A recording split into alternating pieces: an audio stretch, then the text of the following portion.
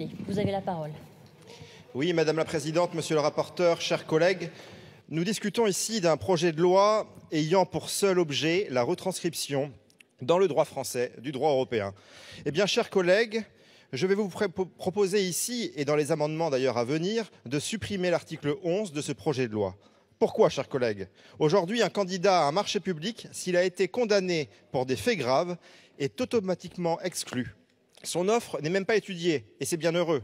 Mais l'article 11 dont nous parlons et que vous nous proposez ouvre à nos marchés publics et à nos concessions à ceux qui ont commis des infractions pénales d'une extrême gravité.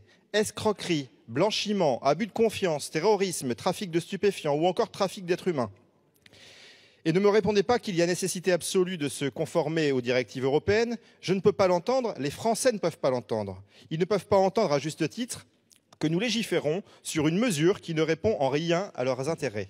Si la France a jusqu'alors décidé de ne pas retranscrire ces directives dans leur totalité, c'est bien qu'il y a une raison.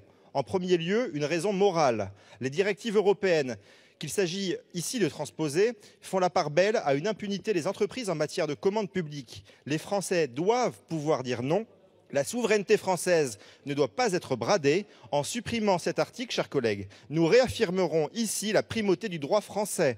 En conclusion, supprimons cet article. Si tel n'était pas le cas, le groupe Rassemblement national voterait évidemment contre cet article. Merci.